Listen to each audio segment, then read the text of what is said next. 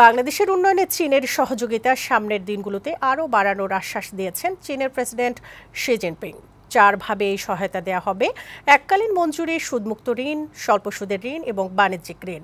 বেইজিংয়ে প্রধানমন্ত্রী শেখ হাসিনার সঙ্গে বৈঠকে চীনা প্রেসিডেন্ট এসব জানান। এছাড়া প্রধানমন্ত্রী শেখ হাসিনার সঙ্গে দ্বিপাক্ষিক বৈঠকে চীনের প্রধানমন্ত্রী বাংলাদেশকে 1 বিলিয়ন ইউয়ান দেওয়ার প্রতিশ্রুতি দেন। এ সময় দুই দেশের 21টি সমঝোতা ও চুক্তি এবং 7টি ঘোষণাপত্র সই হয়। পার্থ রহমানের প্রতিবেদন। চীন সফরের তৃতীয় ও শেষ দিন বুধবার স্থানীয় সময় বিকেলে চীনা প্রেসিডেন্ট শি জিনপিংয়ের সাথে বৈঠক করতে বেইজিংয়ের গ্রেট হলে যান প্রধানমন্ত্রী শেখ হাসিনা। এ সময় প্রধানমন্ত্রীকে উষ্ণ অভ্যর্থনা জানান প্রেসিডেন্ট শি জিনপিং। পরে গ্রেট হলে দুই নেতার বৈঠক হয়। এতে রোহিঙ্গা সংকট সমাধান, পায়রা বন্দর উন্নয়ন সহ বাংলাদেশের অগ্রযাত্রায় চীনের সহযোগিতা নিয়ে আলোচনা হয়।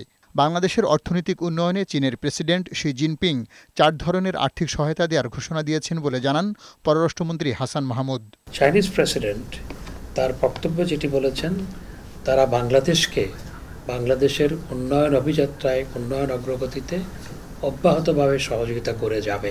বাংলাদেশকে গ্রান্ট এবং interest free loan, concessional loan এবং কমার্শিয়াল লোন, এই 4 খাতেই চায়না সহযোগিতা করবে। তিনি বলেছেন যে আমি জানি যে তোমরা মায়ানমারের থেকে বিতাড়িত লক্ষ লক্ষ রোহিঙ্গাকে তোমাদের দেশে আশ্রয় দিয়েছো এবং এটি একটা বার্নিং ফ্যাক্টর, বার্নিং ইস্যু তোমাদের জন্য।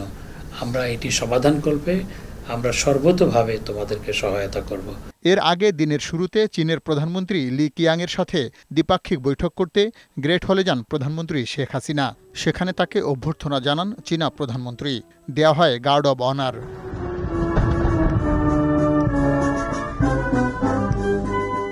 রাষ্ট্রীয় আনুষ্ঠানিকতার পর দুই দেশের প্রতিনিধিদের নিয়ে দ্বিপাক্ষিক বৈঠকে বসেন দুই প্রধানমন্ত্রী।